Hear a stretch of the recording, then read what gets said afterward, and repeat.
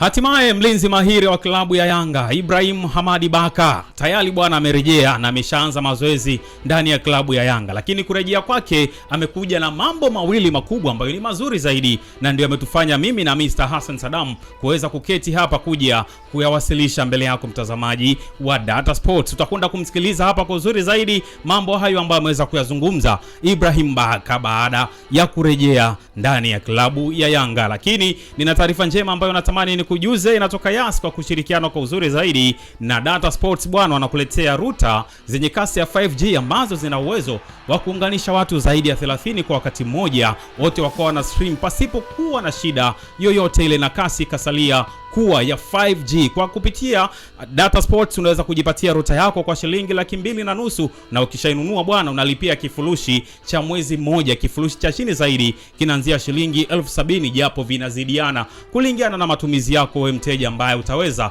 kujipatia router safi kutoka Yas zenye kasi ya 5G. Router hizo bwana, nambari zinapita hapo chini, unaweza kupiga namba hizo kuweza kujipatia router yako. Lakini kama uko karibu na maeneo ya Ubungo external hapa, pia unaweza kufika kwenye ofisi zetu hapa Data Sports ukaweza kuondoka na router yako safi zaidi, ukaenda kuenjoy bwana kwenye ulimwengu huu wa kidijitali. Hassan Saddam, router za Yas bwana jana pia zimeniwezesha kuweza kufuatilia vitu kadha wa kadha mtandaoni. Nilikuwa namtazama profesa mmoja hivi wa masuala ya kiuchumi bwana, akaweza kutofautisha kuna trade, kuna business, kuna entrepreneurship na kuna investment. Hivyo ni vitu vinne tofauti kabisa ambavyo wakati mwingine sisi watu tunaviweka pamoja tu bwana. Kwa kupitia router ya Yas niliweza kumtazama kwa uzuri zaidi na nikaweza kuelimika kwenye engo hiyo. Ibrahim Baka bwana, ndio taarifa njema zaidi, ameweza kurejea ndani ya Yanga, tayari amejiunga na kikosi baada ya kutoka kwenye yale majeraha ambayo yalikuwa yanamweka nje kwa muda mfupi, na amekuja na mambo mawili makubwa zaidi.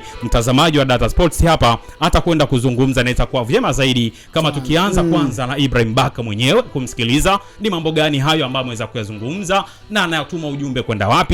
Huyu hapa Ibrahim Baka. Ni mkakati ambao wamekuja nao TFF, lakini waangalie kwa mujibu wa wawe na usawa.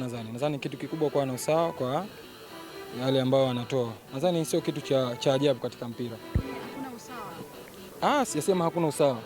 Waendelee tu kuwa na ile, manake semeje, kuendeleza usawa, yani kuendeleza haki vile. Hapana, wao ndio wanaojua kama huyu ana segi 5, huyu 2, 3 ni wao. Kwa hiyo siwezi kuingilia katika upande wao. Nadhani ni vitu vya kawaida katika football.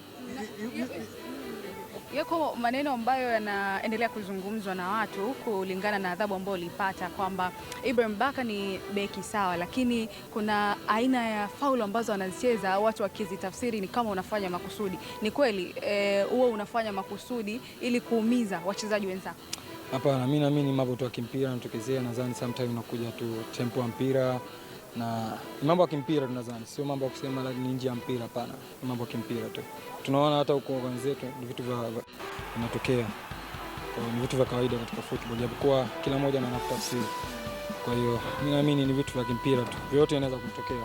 Huyo ni Ibrahim Hamadi Baka, wengi wanamuita Sergeant Baka bwana, ashatoka kwenye level ya corporal, size ni Sergeant Ibrahim Baka. Ukimsikiliza kwa uzuri zaidi Hasani, jambo kubwa amegusia kuhusiana na adhabu ambazo zinatolewa na bodi ya ligi, lakini yeye pia ametuma ujumbe kwenda TFF. Anasema ni kama vile hakuna usawa na haki kulingana na adhabu ambazo zinatolewa kutokana na makosa mbalimbali ambayo wachezaji wanakuwa wanayafanya, alafu kamati ya masaa 72 inakuja kutoa hukumu. Yanaona kama kuna jambo fulani hivi bado halijakaa sawa. Huyu amefanya kosa fulani, kanuni inayotumika kumhukumu ni moja, iliyotumika pia kumhukumu mchezaji mwingine aliyetenda kosa kama hilo, lakini kuna kuwa na utofauti wa adhabu, hakuna uzani ambao ni sawia. Kwa hiyo anaona kabisa hapo ni kama vile hakuna usawa na haki. Alois, umesoma historia? Yes. Ukisoma historia bana, unaandika essay. Ukiandika essay point 1 ni moja. Ndio. Ile point kama point yenyewe ni moja. Ile sasa inakuja kutofautiana na maelezo na mifano utakaomwekea mwalimu. Maelezo pointi nyingine moja, mfano pointi moja, na maana ukikamilisha vivyo tu unapata alama 3. Kwa hiyo tunarudi sasa kwenye bodi ya ligi na kamati ya masaa 72. Ndio. Sheria ni ile ile. Ukitazama watu wengi wanahukumiwa na sheria ile ya 45.5 kifungu cha pili, pale kuna vifungo vyake kadhaa. Ndio vingi vinawahukumu. Hata ya Ibrahim Hamadi Baka tunayemzungumzia aliwahi kuhukumiwa kwa tukio hilo. Ndio. Selemani Mwalimu alifanya kitendo kama alichokifanya Ibrahim Hamad Baka. Lakini adhabu ikawa tofauti. Japokuwa faini ni sawa, lakini michezo huyo alifungiwa michezo 5, alifungiwa michezo 3. Na hata kifungu cha kanuni kilichotumika kwa hukumu ni hicho kimoja. Kwa maana nikatoa mfano mzuri, kwa ina maana enda kamati ya masaa 72 wao watakuwa wanatumia hicho kigezo kwamba pointi ni moja. Lakini sasa kila mtu kuna namna atakavyoielezea point yake, huenda hapo ndipo kanuni inakorelai. Kanuni ni moja, lakini adhabu zinatofautiana kadiri kutokana na ufanyaje ulivyokicheza hivyo.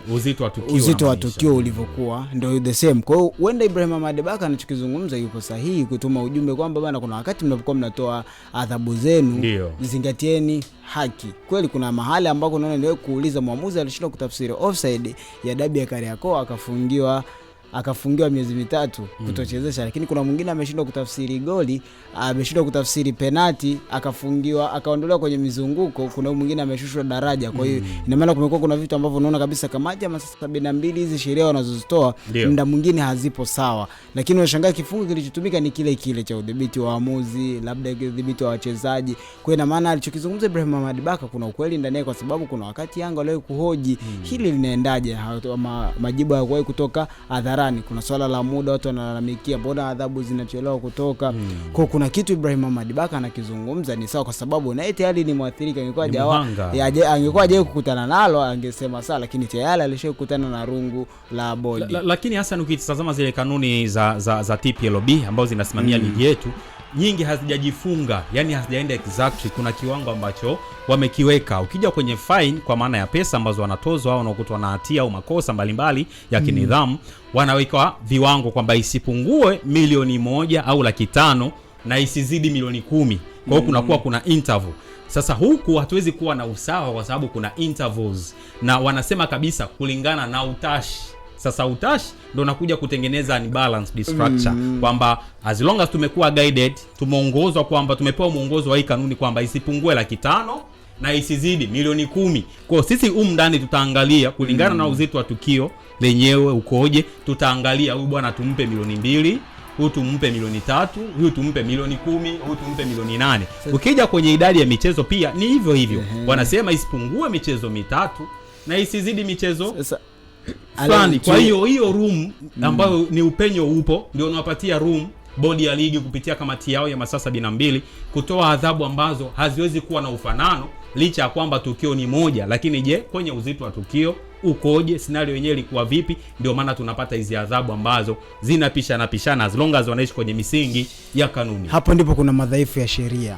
Hapo ndipo kuna madhaifu ya hiyo sheria ambayo tayari ukisharuhusu ni sheria, lakini tayari ushairuhusu, au ni kanuni lakini tayari ushairuhusu kwa kuna opinion za mtu.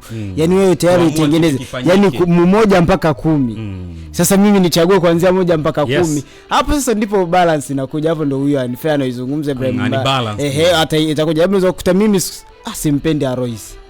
Kama simpendi Alois nafanyaje? Na uhuru, kwa sababu na uhuru hata ukiniuliza kesho nitakwambia bwana kanuni inaniruhusu. Ndio. Nakupa adhabu. Inaniruhusu isiwe chini ya 3 na isizidi 10. Kwa nikimpa 9 anastahili. Hapo ndo kuna udhaifu wa kanuni hiyo ambayo tunaizungumza. Kwa ina maana Ibrahim Hamad Baka anachoambia ni kwamba kuna muda hizi sheria za kamati ya masaa 72 nazo zinatakiwa zirudi zichujwe tena. Ili tupate uhaki na usawa, ni lazima kanuni iende exactly kabisa. Kama ni kosa fulani ni faini ya milioni 3 na mechi 5 au mechi 3 period. Hakuna masuala ya intervals. Yani hayo ndio atakuja yanaleta mkanganyiko kwa watu. Yani itakiwa kuwepo na interval kwenye swala la kanuni. Umeshindwa kufika kiwanjani, kanuni huwa ni anyang'anywe alama 3 na 3 pointi 3 na mabao 3. Ni kanuni haibadili, yani ipo straight, haikuacha gap kwamba yani na maana kwa sababu kwa sababu ajaja labda alikuwa na changamoto fulani, basi alama 2 alama moja tuchukue alama moja magoli mawili. Yani unaona kabisa kanuni ipo straight kwamba bana ajabe kosa ni mechi. Sasa inapokuja swala la hii kamati ya masaa 72 kuna kitu amekizungumza Ibrahim Hamad Baka, unaona kinaleta sense kwamba bana wakati kamati ya masaa 72 inapanga adhabu yake izingatie haki. Na ina maana wanatakiwa warudi kuziapili, wanatakiwa warudi kuzipitia sheria zao upya na kuzifanyia maboresho itengenezwe. Waondoe hii room, mnaona hii room hii ya kwamba faini kuanzia milioni kadhaa, milioni kadhaa, mechi kuanzia labda idadi fulani. Hapa ndipo tunatengeneza imbalance. Hapa ndo utaanza kuja kusikia wewe ni Simba, wewe ni Yanga, bodi labda inawapendelea watu fulani. Hapa kwenye hii room ambayo imetengenezwa, na ndio maana ilianzia kwenye room ya nini, ya ese. Ukiwa unaandika ese, mwalimu ndo ataamua kutokana na maelezo uliyoeleza yakimshawishi vipi, anakupa tiki. Unaweza kukuta umeandika vizuri, lakini mwalimu akasema kwanza ana mwandiko mbaya. Kwa kwenye mbili kwenye tatu anakupa 1.5. Likawa ni kosa. Yaani kwa na mwandiko mbaya tayari likawa nalo nini? Ni kosa wakati umeeleza vizuri. Kwa hiyo hapa hii room inabidi iondolewe. Yaani hii inakuwa ni rai kwa kamati ya masaa 72 Alois Sagara kwamba waondoe hii room ya kwamba kamati ya masaa 72 inakuwa na uhuru wa kumhukumu mchezaji kifungo labda michezo 3 mpaka 10. Yaani wewe na uhuru uondolewe, sheria itengenezwe straight inyoke kama ni mechi 3 ni mechi 3 wote. Bwana huyu ni Hassan Sadamu, ameweza kuzungumza kwa uzuri zaidi, ameweza kutoa mawazo yake kuhusiana na kauli ya Ibrahim Baka kulingana na adhabu ambazo zinatolewa kwa wachezaji wa ligi kuu soka Tanzania bara ambao mara nyingi huwa wanakutwa kwenye makosa mbalimbali. Ameweza kuzungumza kwa uzuri zaidi, amechangia hapa, lakini bado tunao mengi ambayo alizungumza Ibrahim Hamadi Baka. Swala jingine bwana, amezungumza kutokana na trending ya hivi karibuni kwenye michezo mfululizo hii 4 ya mwisho, Yanga hajawa na form nzuri zaidi. Kuna michezo mingi ambayo amedondosha alama. Pia Ibrahim Baka yeye kama mchezaji ameweza kuzungumza kitu ambacho nimekipenda, na amekizungumza akiwa na confidence. Anasema hiyo haijawayumbisha na haijawatoa kwenye njia yao ya malengo yao washajiwekea, na lengo kuu tumewahi kuwasikia viongozi wa klabu ya Yanga wanasema wanahitaji kutetea makombe yao ambayo waliweza kuchukua msimu uliopita. Lakini pia akazungumza changamoto ya viwanja. Kwanza tugusie hili kuhusiana na kudondosha alama kwenye michezo hii 4 ya hivi karibuni. Timu imekuwa inaonekana inacheza chini ya kiwango, ndio maana ikapelekea kudondosha hizo alama. Ameweza kuzungumza kwa uzuri zaidi, anasema kizuri zaidi hawajapoteza mchezo wote kwenye michezo 16 ambayo wamekwisha icheza hadi sasa. Wameshinda 11, ni michezo 5 wameambulia sare au suluhu. Ukizungumza ratiba unaweza kusema labda kuna eneo unaweza kuwatetea Young Africans kwa eneo hilo kwa kupitia kauli ya Ibrahim Hamadi Baka. Anazungumza swala la viwanja, amezungumza swala la ratiba na baadhi ya wachezaji wao wengine kukosa michezo kutokana ni swala, lakini bado kutokana na majeraha, lakini bado haijaondoa mchezoni kama Young Africans. Umeona wameendelea kupambana. Hii leo tunazungumza unajua kwa nini tunaizungumza Yanga, kwa kwamba Yanga kuna kitu kinaendelea ndani yake kutokana na walichokifanya msimu uliopita. Ndio maana ukasema Yanga kwa sasa inapigana na vita vya Yanga iliyofanya. Yaani Yanga dhidi ya Yanga. Kwa maana tulikuwa tunazungumza inakuwa bingwa msimu uliopita ilikuwa na alama, ilipoteza alama 8 tu. Kapoteza alama 8, lakini msimu huu tayari mpaka sasa tunavyozungumza amecheza mechi 16 tayari ashapoteza alama 10. Kwa ina maana unasikia, kwa hiyo ina maana ugomvi unaanzia hapo kati ya Yanga ya msimu uliopita na Yanga ya msimu huu, ndio shida inaanzia hapo. Ibrahim Hamadi Baka kuzungumza kwamba wao kupoteza alama au kutopata matokeo mazuri kwenye hizo mechi hazitakiwi kuondolewa mchezoni, kwa sababu hicho ni kitu cha kwanza cha mchezaji ambaye ni imara. Matokeo kiwanjani hayatakiwi kupotezea focus yenu. Yes, hayatakiwi kuwatoa mchezoni. Kwa hiyo kwanza ni ujasiri wa Ibrahim Hamadi Baka, na ni mchezaji mkubwa kwa sababu ni mchezaji wa national team. Kwa hiyo lazima una ujasiri wa kuzungumza maneno kama hayo. Nafikiri hata mwalimu Pedro Gonçalves ukimsikiliza, miongoni mwa kauli zake ana winning mentality. Kwa hiyo una maana ukimsikiliza, ina maana hata kama wao kwenye mechi ya Mtibwa Sugar wakiwa naamini wanaenda kupata alama 3, imeshindikana, wamepata alama 1, wameipokea, wanaenda kubadilisha. Ina maana usishangae, ina maana kuanzia walivyocheza leo na watakapokuja kucheza kesho ni tofauti. Kwa ina maana wanabadilika. Kwa kama wachezaji wao wana imani, haijalishi tumefanya hivi, lakini tunaamini anokuja mbele ni mazuri. Kwa hiyo kwa kupitia tu kaule Ibrahim Hamadi Baka, hapo unaelewa kwamba bana wao haijalishi wamepoteza alama, lakini bado wao wana ile spirit ya kuendelea kufanya ni kupambana. Wanajiamini kwamba kutokana na malengo yao bana, sisi tunahitaji ubingwa. Na kwa sasa unaona kabisa alama ya kupata ubingwa nao, wanakuambia sasa tunaongoza ligi, sisi ndio timu ambayo tumefunga magoli mengi zaidi na tumefungwa magoli machache. Kwa unaiona kabisa imani ya wachezaji kama wachezaji. Na maana pale ukimsikia Ibrahim Hamadi Baka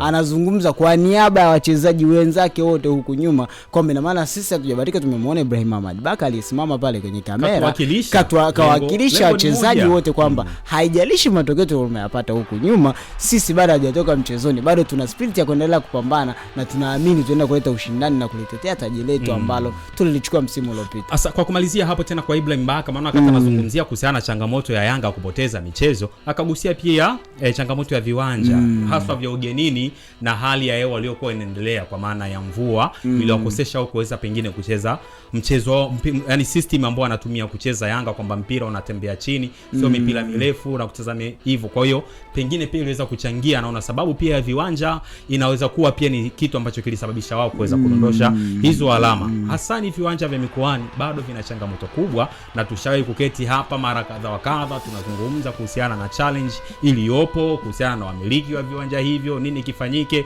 maana tunavyojinasibu kwamba ligi yetu namba 5 kwa ubora, hatupaswi kuwa na sababu kama hizi. Pengine Yanga anaweza akaukosa ubingwa na akaja na sababu kama hizi kwamba viwanja ambavyo nilicheza ugenini vilininyima mimi fursa ya kuweza kuondoka na alama 3. Kwa hiyo pitch ilisababisha mimi kudondosha zile alama, pengine ningezipata ningecheza kwenye uwanja mzuri, leo hii mimi ndo ningekuwa bingwa. Aloisi, swala la uwanja tusharirudia sana. Kama mtazamaji kuna vipindi tumezungumza vitu vingi sana, lakini solution ni moja tu, Aloisi Sagera, kwa sababu wale wanaoenda kukagua, mimi huwa nalia sana wale wanaenda kukagua viwanja. Kama anakigea kiwanja ndani ya msimu mmoja kinafungiwa mara 3, yani alikikagua akasema hakijaridhika akakifungia, akarudi akakagua akasema kipo tayari kitumike, akarudi tena kisiku yake, ina maana anajigeuka alichokiamua. Yani ina maana kama unakuwa unageuka, leo nakula wali, hapana sili tena, yani ina maana wewe kazi yako ni kubadilika. Kwa ina maana huyu ndo ana shida. Kwanza waanze wawajibishwe wanaokagua viwanja na kuviruhusu viwanja vitumike. Cha pili, timu zenyewe ziwekee sheria kali. Unajijua bana, mimi nimepanda ligi, kwa sababu ukipanda ligi lazima utambulishe bana, mimi nitatumia uwanja wa nyumbani. Haujakizi vigezo, kuna viwanja vingine vinakizi. Solution zipo tu bana. Sisi tunatokea Mwanza, lakini Mwanza sisi kiwanja chetu hakikizi, tunafanyaje? Lakini Arusha kuna kiwanja ambacho kinakidhi. Labda mkoani ambao ndio maana hata kwenye ile kamati ya kubadilisha kiwanja unaambiwa utafute kiwanja kile cha jirani ambacho kinaweza kufanyaje kukidhi vigezo. Hama nenda kwenye kiwanja ambacho kinakizi vigezo ili tuondoe visingizio. Leo tunamsikia Pedro Gonçalves miongoni, tangu mimi naanza kumsikiliza akiwa ndani ya klabu ya Yanga, kilio chake baada ya mechi kumalizika, haijalishi ameshinda au amepata sare, atasikia na kuambia kiwanja ni kibovu kama yuko mkoani. Ndio. Kwa ina maana kuondoa hizi sababu ni watu watafute viwanja ambavyo ni bora, watumie viwanja ambavyo leo kuna Chamazi, wakodi viwanja ambavyo huenda ndipo tukasoti kwa muda. Yaani tukasoti hili tatizo kwa muda, wakati viwanja vikiendelea kujipanga, kwa sababu project ya uwanja ni project ya muda mrefu ambayo inahitaji muda. Lakini muda huu wakati tunakusubiri ujipange kutengeneza kiwanja, unafanya nini? You have to find a good pitch ambao itaondoa hizi kona. Leo kuna mechi walicheza Azam na Tanzania Prison kule Sokoine Mbeya. Flora Ibenga amemaliza mchezo analalamika kwa swala la uwanja, na kwambia uwanja mpira si uwanja umekaaje. Hizi zote hizi tuziondoe, watafute viwanja vilivyo bora. Tumalize na hili Hasani. Mara nyingi pengine hata hili swali ushaye kujiuliza. Aliulizwa bwana Ibrahim Baka kuhusiana na fouls ambazo anazicheza yeye. Na wapo ambao anasema bwana huyu anafanya makusudi, kwa jinsi alivyoingia vile alidhamiria kwenda kucheza foul kwa mchezaji yule ambaye alikwenda kumfanyia madhambi. Alipoulizwa Ibrahim Baka, yeye anasema hapana, na watu wanamchukulia vibaya, ile ni ajali kazini. Hata huko Ulaya mambo kama haya yanatokea, kwa watu wasimjaji vibaya na kumchukulia vibaya kwamba Ibrahim Baka pengine akiwa uwanjani ananuia kwamba leo huyu lazima nimfanyie madhambi, nimchezee vibaya, nimuumize. Amesema ni kitu ambacho kinatokea tu, ni ajali kazini, na mchezoni ni mambo ya kawaida haya bwana, watu wasiwa na mjaji moja kwa moja kwamba anadhamiria kufanya vitendo vya namna hiyo. Unalikumbuka sakata la Zidane kombe la Zizu wakati Materazzi anampiga mtu kichwa. Hili sio tendo ambalo kwamba alitarajia kwamba leo nikampiga. Ni kwamba jamaa amempanikisha uwanjani, kafanya faulu, baadaye kureact jamaa akampanikisha. Wengi wao kuna wengi nasikia tafsiri kwamba alimtukania wazazi na nini. Mambo ni mengi sana. Kwa alimtolea na maana unaweza kumprovoke mchezaji. Ina maana kutokana na reaction ulionayo ukitazama kuna vitu tumkumbushe mtazamaji, ni vitu vitatu. Body ile ambayo inasoma yenye matokeo inawezekana ni chanzo cha kumpanikisha mchezaji.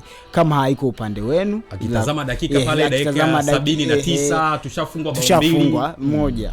Cha pili, labda yeye binafsi, labda tukio ambalo umelifanya, unajua kuna mtu anarudia tukio kwa mchezaji mmoja, ataka kuchezea baadaye akarudi na kuchezea. Ina maana ikawa ni tabia ya pili. Na ya tatu ni reaction uzokamprovoke kiwanjani. Ina maana hivi vitu vitatu hivi ndivyo tutaweza kaona faulu ambazo sio wewe hutarajia ifanyike, lakini ukaiona. Kwa hata Ibrahim Baka anaweza kaa kwenye vitu vile. Ile iko kwenye harakati ya kwa mpira, mtu akaja anaona kabisa hapa sina ujanja, anafanyaje? mimi ndio timu inanitegemea, I have to do decision. Decision ndio inakuwa hivyo. Kwa ina maana ile ni ajali kazini, kama wewe ambavyo unaweza kufanya ajali yote wakati upo kazini, ili mradi kazi yako ifanyeje, ipendeze.